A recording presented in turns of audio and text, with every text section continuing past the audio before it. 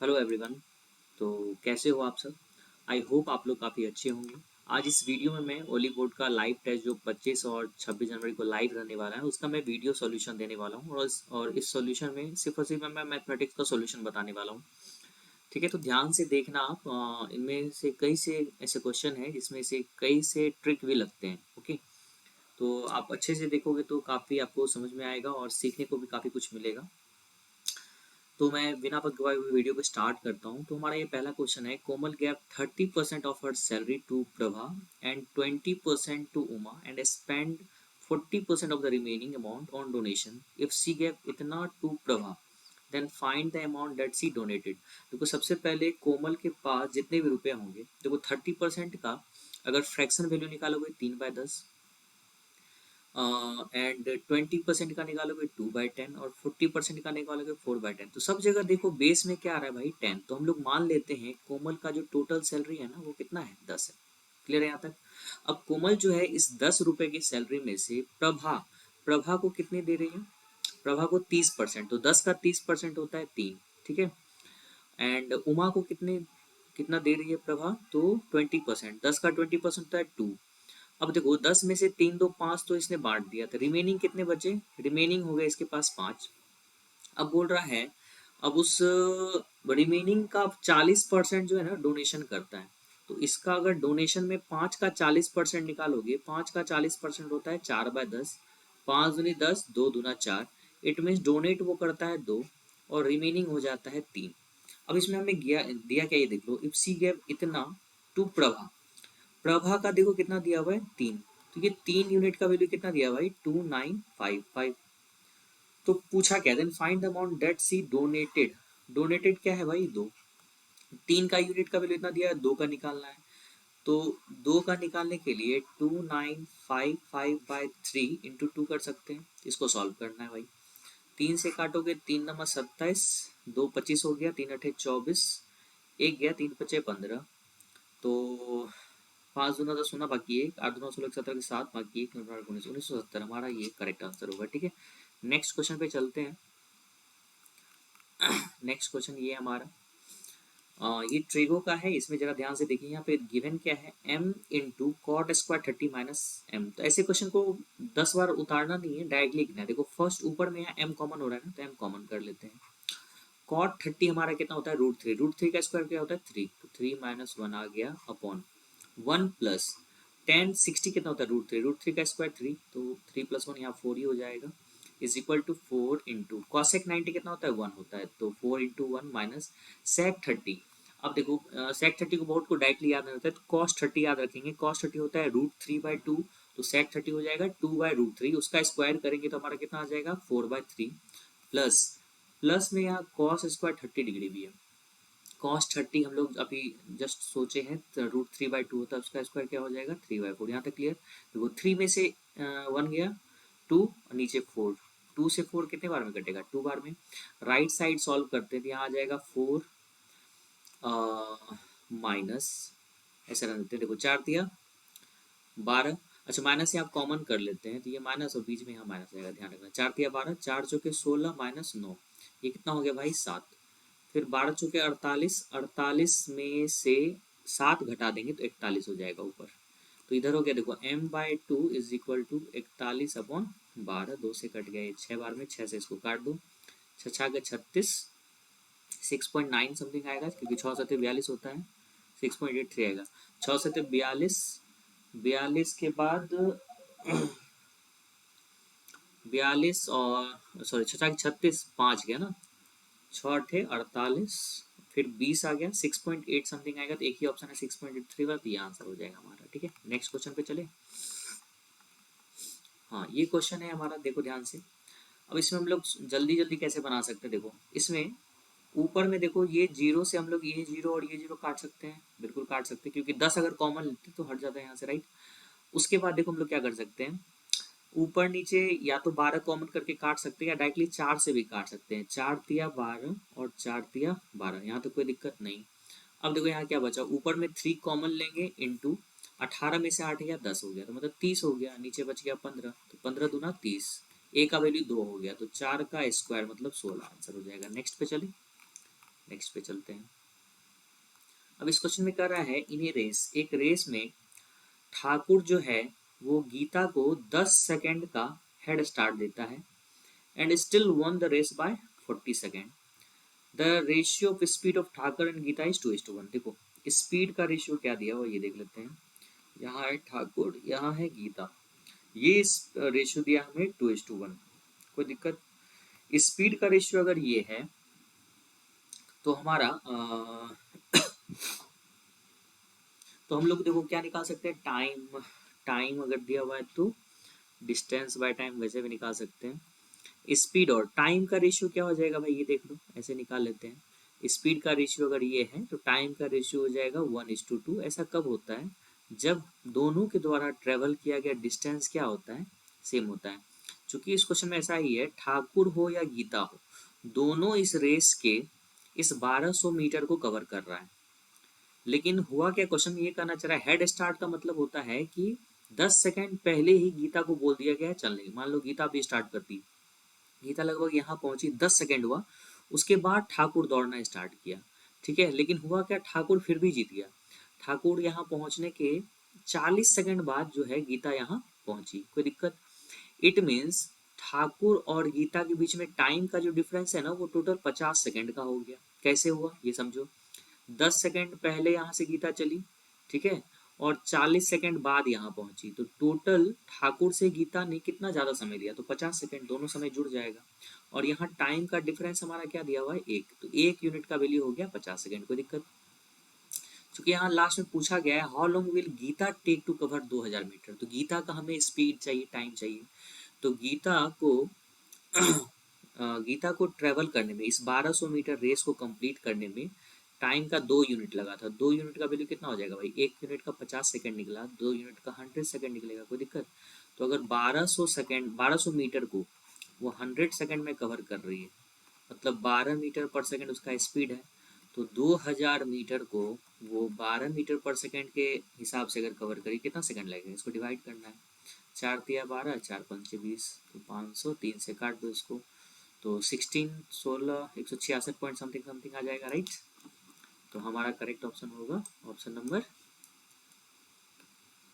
सी। ठीक है, नेक्स्ट पे चले, नेक्स्ट पे चलते हैं। Find the range of third side if two sides of a triangle are इतना इतना। देखो ये बहुत ही अच्छा क्वेश्चन है और ये क्वेश्चन कभी भी पूछा जा सकता है किसी भी एग्जाम में, ध्यान देना। ये ए बी सी है, ठीक है।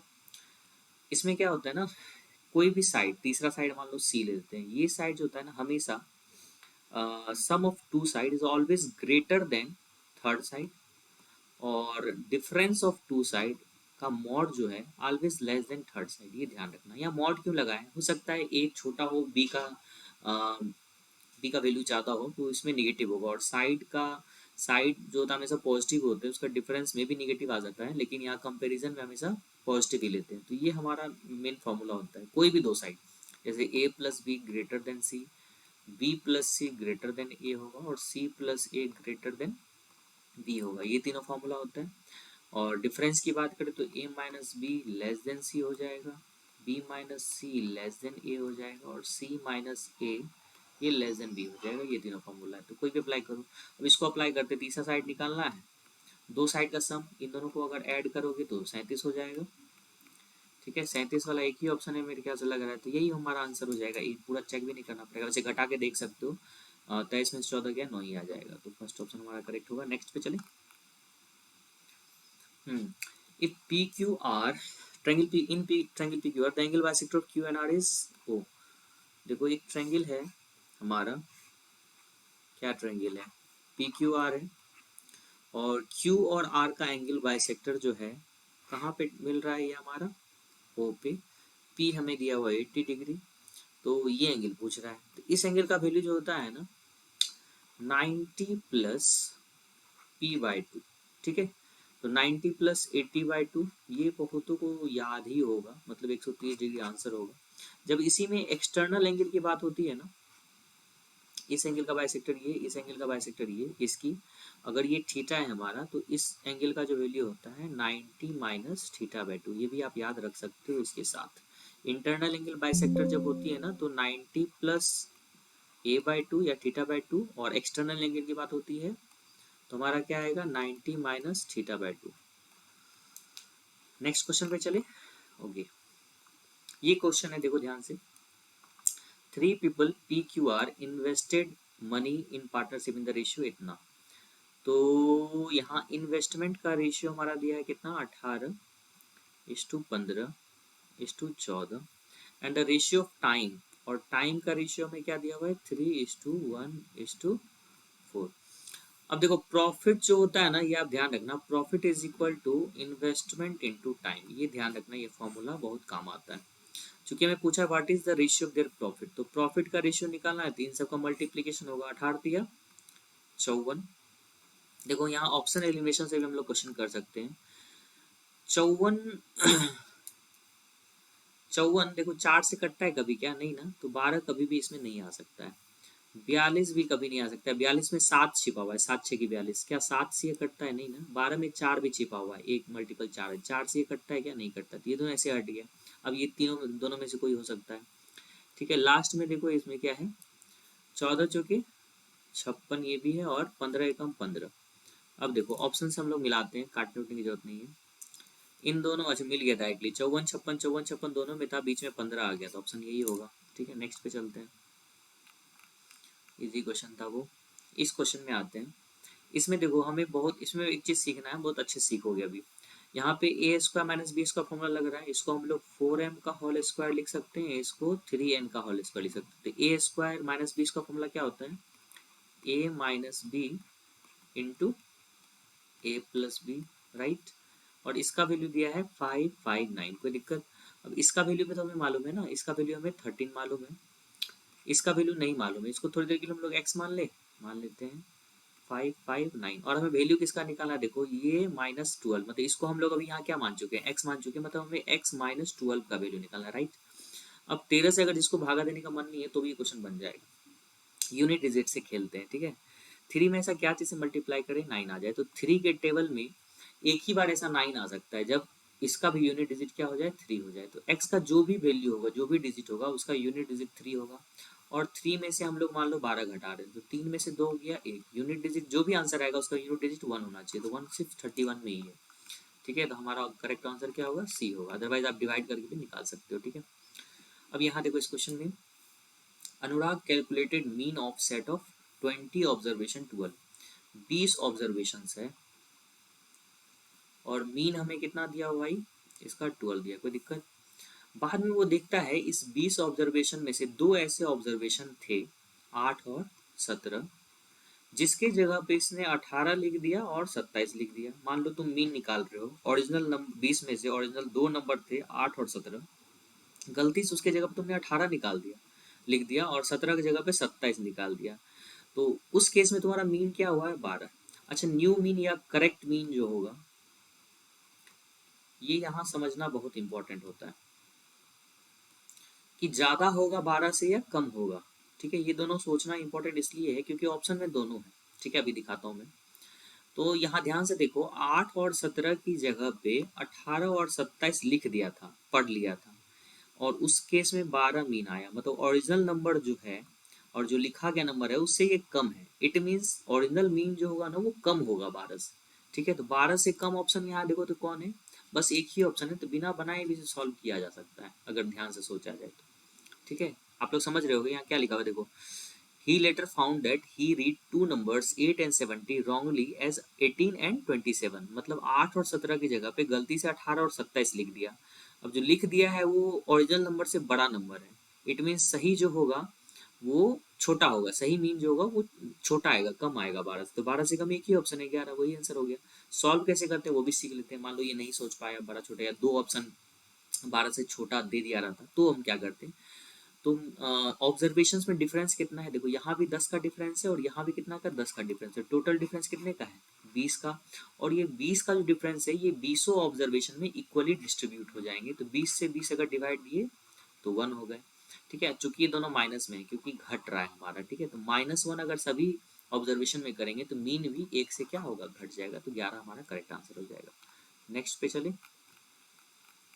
नेक्स्ट पे चलते हैं। Find which two batsman score same runs in all the 4 matches together. सबसे पहले इसका यूनिट डिजिट जोड़ो। देखो धवन 8 2 10, 8 18 2 20, इसका यूनिट डिजिट कितना आ रहा है भाई 0 20, बचा 2 है, पूरा नहीं जोड़ते अभी। 7 2 9 9 3 12 2 15, ठीक है 12 2 14, सॉरी 12 2 14, यूनिट डिजिट 1 बचा, तो ये तो गया है पहले ही। 8 4 12, 12 2 14 26, इसमें भी 0 आया यूनिट 0। या तो धवन और विराट होगा, या तो इन दोनों में से कोई है। अब दोनों में जोड़ लेते हैं क्या होता है। देखो 3 2 5, 5 5 10 4 14, 14 2 16, 160 रन बना रहा है धवन। 30 30 60, 6 5 11, 11 9 200, 200 से ऐसे क्रॉस हो गया, 210 20 के आसपास आएगा। तो कोई भी इक्वल स्कोर नहीं कर रहा है, तो none of the two score same, ठीक है, पहला ऑप्शन सही होगा। नेक्स्ट पे चले।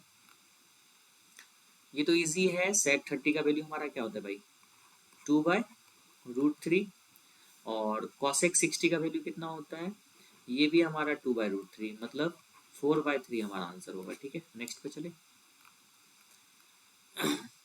P is 20% and 25% more efficient than Q&R। इस क्वेश्चन को बहुत अच्छा से समझना है, क्योंकि अगर स्टार्टिंग में आप सही से सोच नहीं पाओगे ना, ये लेंदी हो जाएगा।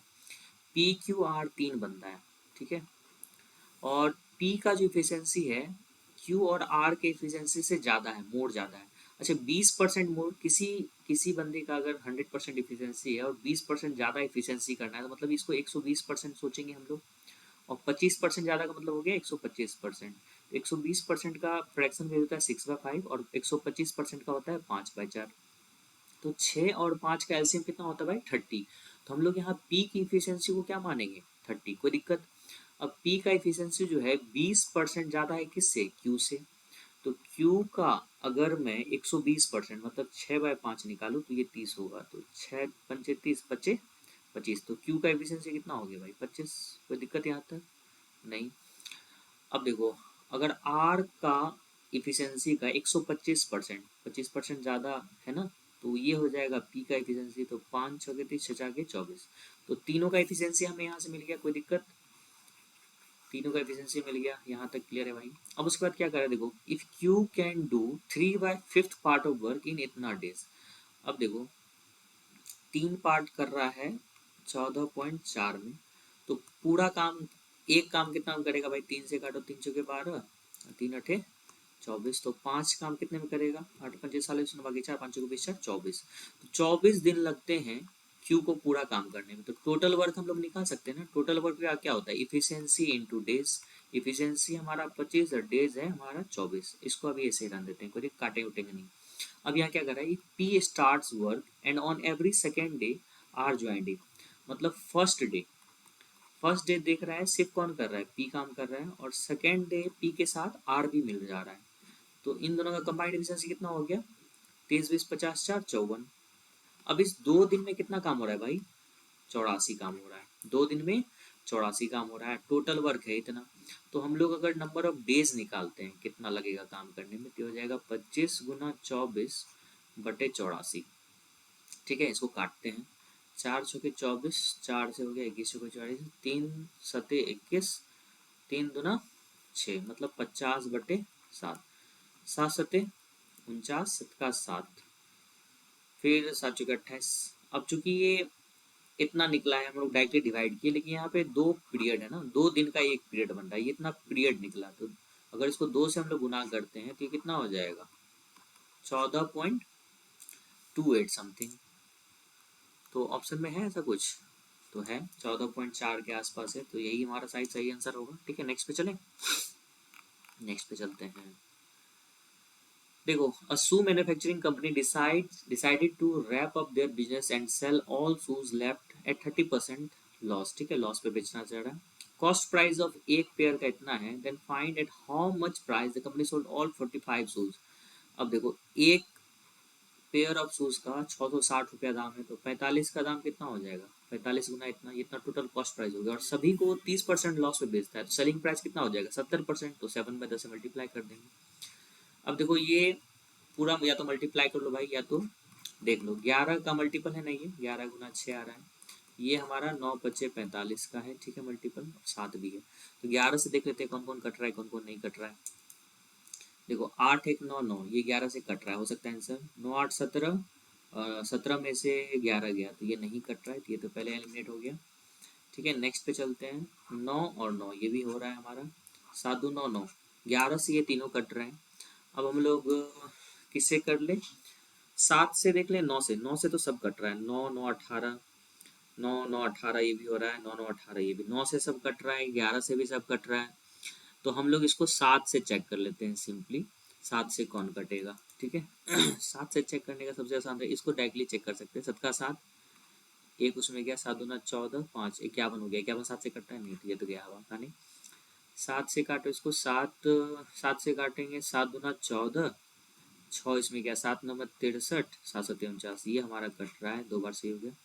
7 चौके 28, फिर एक 17, 17 7 से नहीं कटते, ये भी गया, तो हमारा थर्ड ऑप्शन करेक्ट होगा। ठीक है, नेक्स्ट पे चले, नेक्स्ट पे चलते हैं। If a 7 digit number this is divided by 8, then the remainder will be, देखो कभी भी किसी भी नंबर को हम लोग अगर 8 से डिवाइड देते हैं और हमें रिमाइंडर निकालना है, तो लास्ट 3 डिजिट में सिर्फ 8 से डिवाइड दे दो। किस में देना है, लास्ट 3 डिजिट में सिर्फ 8 से डिवाइड देना है। ठीक है, पूरे में डिवाइड मत देना है, क्योंकि रिमाइंडर निकालना है। अगर यहीं पे कहता 16 से डिवाइड देना है, रिमाइंडर कितना आएगा, तो लास्ट का 4 डिजिट उठा लेते हैं।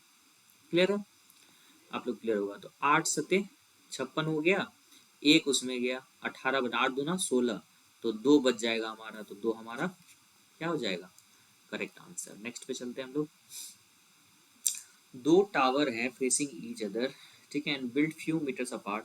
Tower 1 has 32 floors while tower 2 has 21। देखो एक में 32 फ्लोर है, ये जमीन हो गया हमारा, और एक में 21 फ्लोर है। कोई दिक्कत यहाँ तक, कोई दिक्कत नहीं है।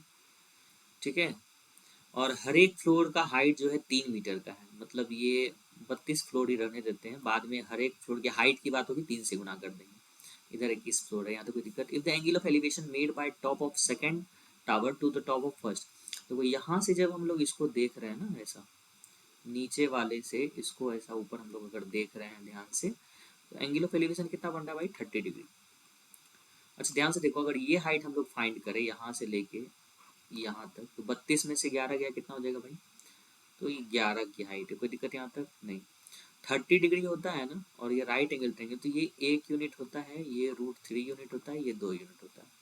तो 1 यूनिट की वैल्यू 11 है, तो √3 यूनिट की वैल्यू कितना हो जाएगी, 11 √3। कोई दिक्कत नहीं।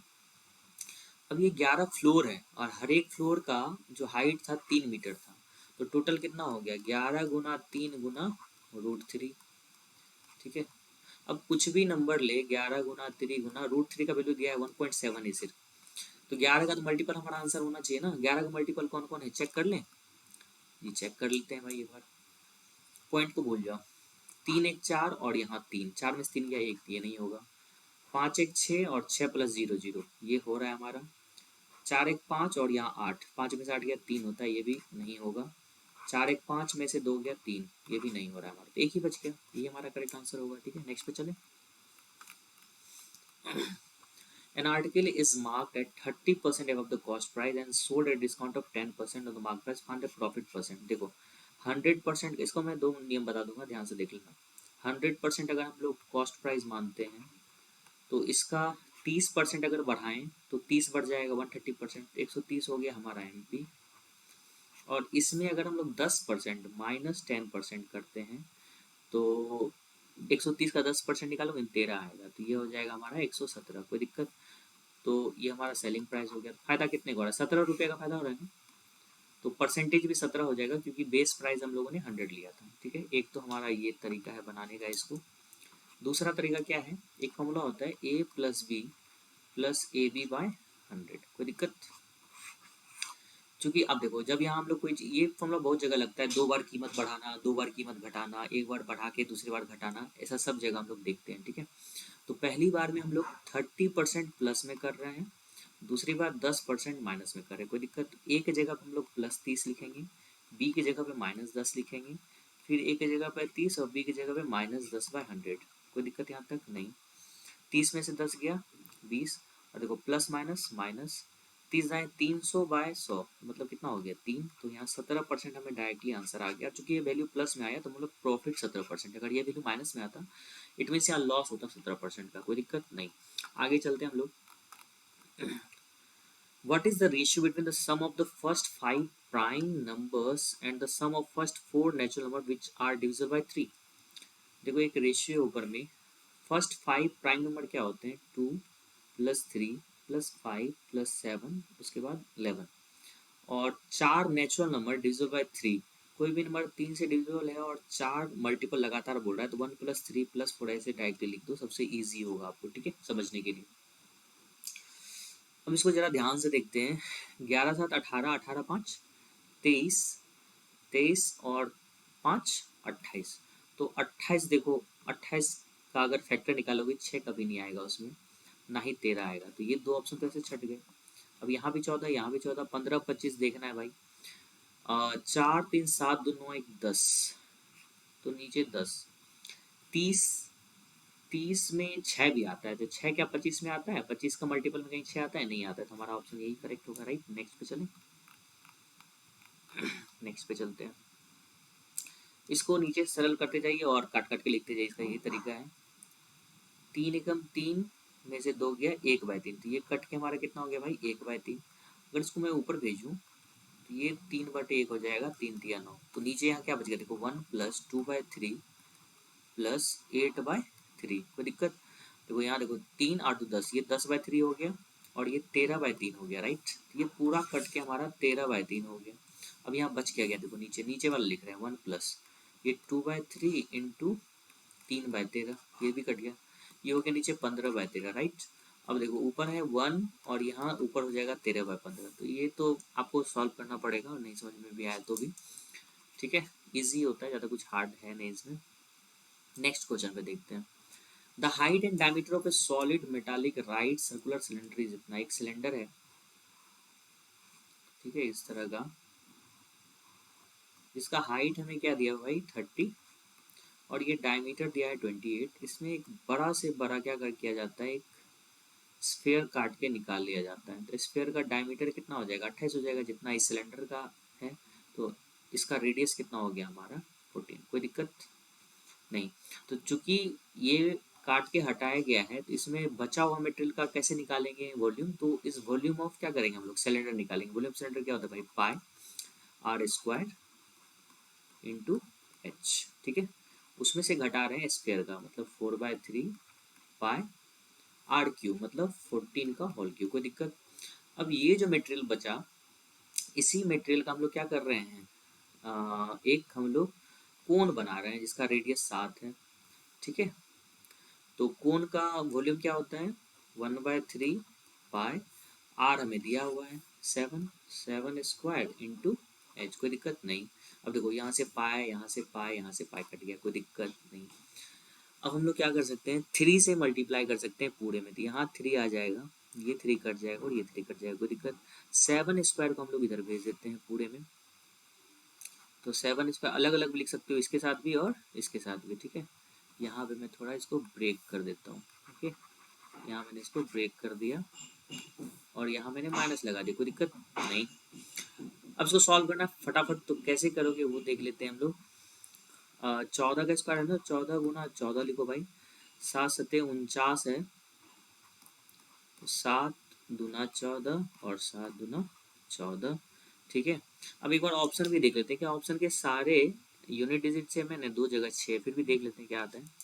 तो यहाँ देखो क्या बच गया, 3 गुना 2 गुना 4, 2 गुना 4 दिया 12, 12 दिया 36, 360 माइनस, यहाँ भी देख लेते हैं भाई, 14 गुना 14 गुना 14 है और यहाँ 49 है, 7 गुना 7, तो 7 दूनी 14, 7 दूनी 14, तो यहाँ बच गया देखो क्या, 14 दूना 28 गुना 56, 56 गुना 4, 4 गुना 56, तो 6 आगे 24 के 4 बाकी 2, 5 को 20 2 22, घटा दो 10 में से 4 गया 6, 5 में से 3 और 136 हमारा आएगा करेक्ट आंसर, ठीक है। इसमें सॉल्व करना पड़ा क्योंकि लास्ट का दोनों डिजिट में, दोनों नंबर में 6 है, इसलिए सॉल्व करना पड़ा। एक रहता तो हम लोग पूरा सॉल्व नहीं करते, ठीक है। नेक्स्ट पे चले। अब यहाँ कह रहा है कि 5 फैमिली है ABCDE, इन फैमिलीज में इनकम और एक्सपेंडिचर दिया है, तो किस फैमिली का सेविंग जो है सबसे कम है, लोवेस्ट सेविंग किसका है ये पूछा है। लोवेस्ट सेविंग उसी का ना होगा जिसका डिफरेंस यहाँ कम होगा। ये डिफरेंस देखो 120 का है, ये डिफरेंस हो गया 130 का, ये डिफरेंस तो काफी ज्यादा है, निकालो ही मत, लंबाई से ही पता चल रहा है। ये भी डिफरेंस 160 का है, ये डिफरेंस हो गए 0, 4 और 140 का। तो सबसे कम किस में दिख रहा है? ए, तो ए हमारा करेक्ट आंसर होगा। बहुत इजी क्वेश्चन है ये।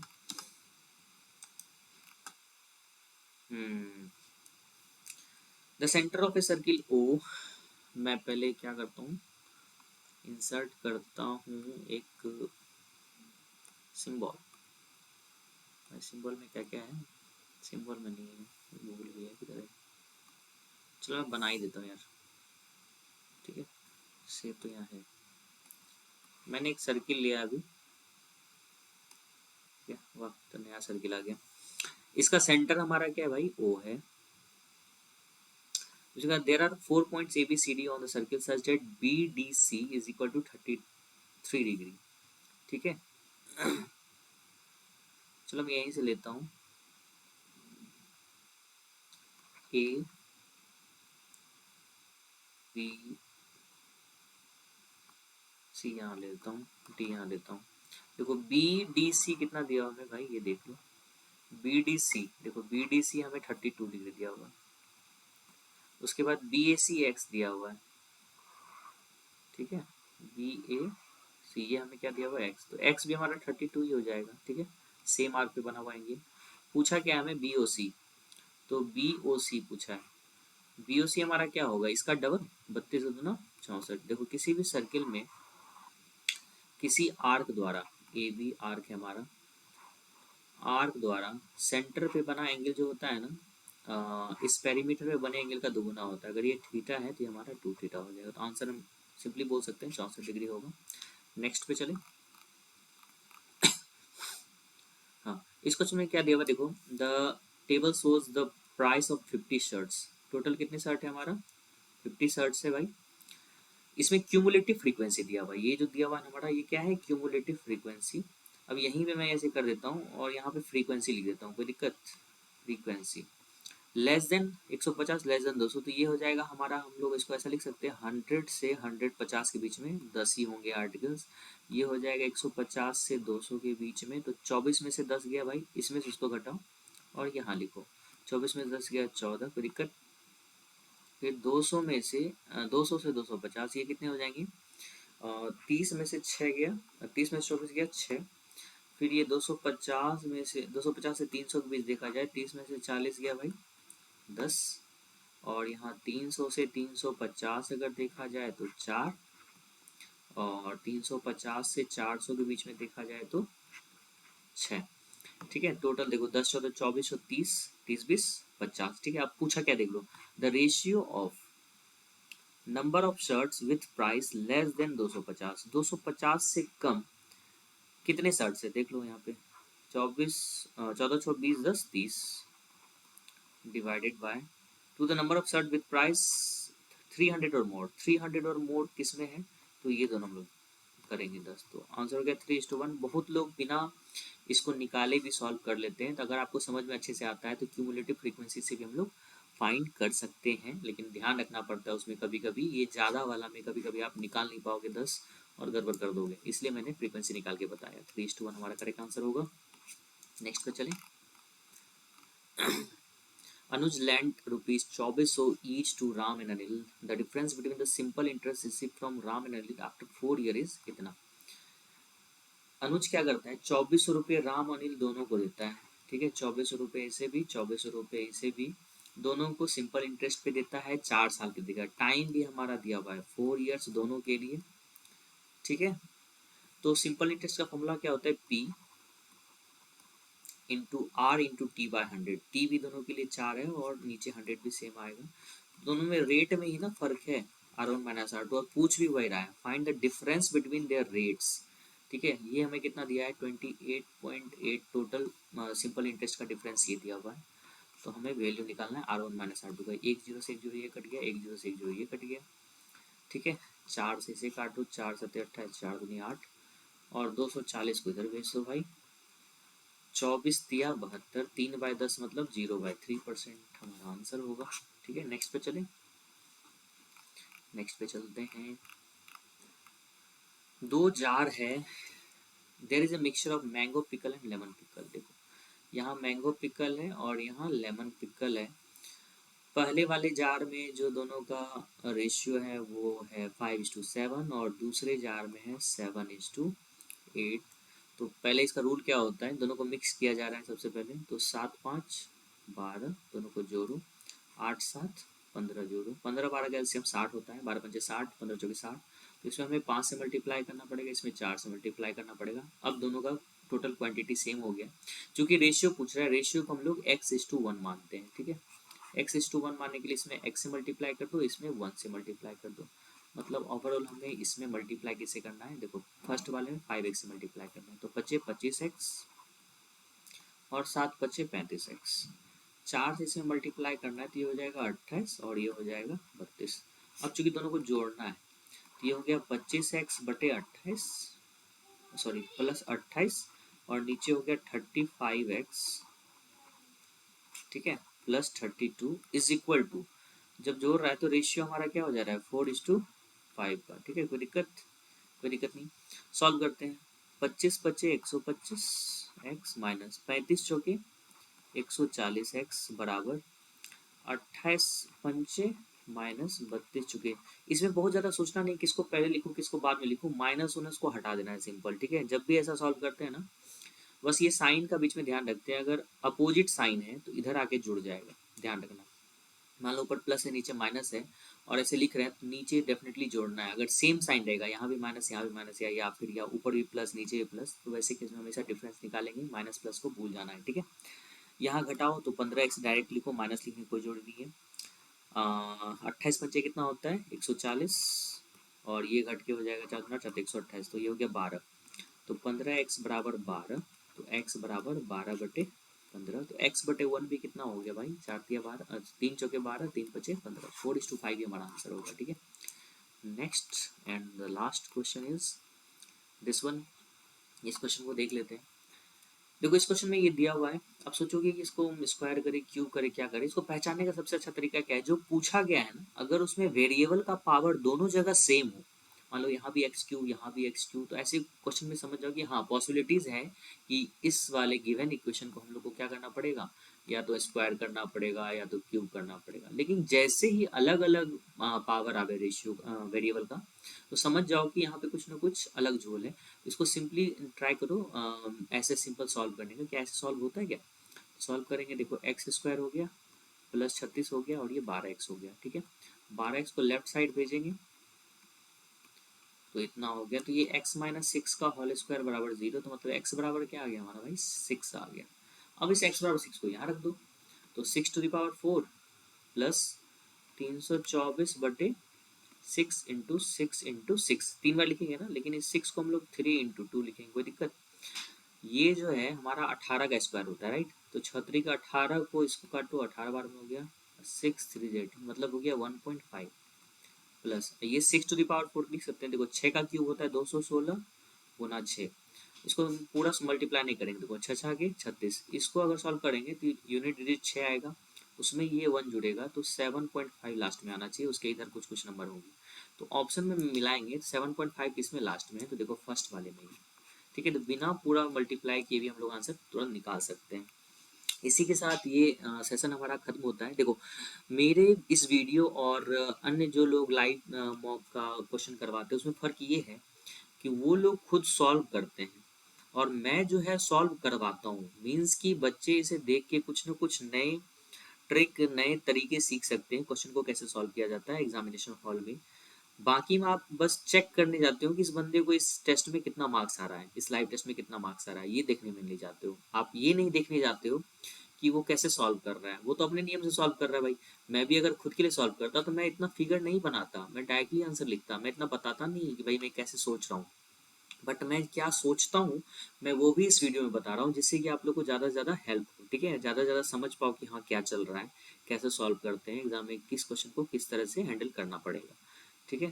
Thank you for watching this video and sorry क्योंकि मैं काफ़ी दिनों बाद वीडियो बना रहा हूँ एंड कोशिश करूँगा कि आगे पूरी तरह से कंटिन्यू रहूँ, ठीक है। बहुत सारी प्रॉब्लम्स आ गए थे लाइफ में, घर पे पापा का तबीयत ख़राब था और भी कुछ एग्ज़ाम्स का मैंने फॉर्म भर दिया था, उस कारण से वीडियो बनाने का मन नहीं कर रहा था, पढ़ाई भी नहीं हो रहा था कुछ भी, ऑफिस के कई सारे काम होते हैं। So guys B with me, और मैं कोशिश करूंगा कि आगे आप लोग ये अच्छी से अच्छी तैयारी करवाऊँ, और भी अलग अलग तरह के वीडियो डालूँ, इंग्लिश के भी कुछ कुछ डालूँ और रीजनिंग के भी कुछ कुछ डालूँ। Thank you very much for watching this video, and please share, subscribe, and like this video. Thank you very much guys.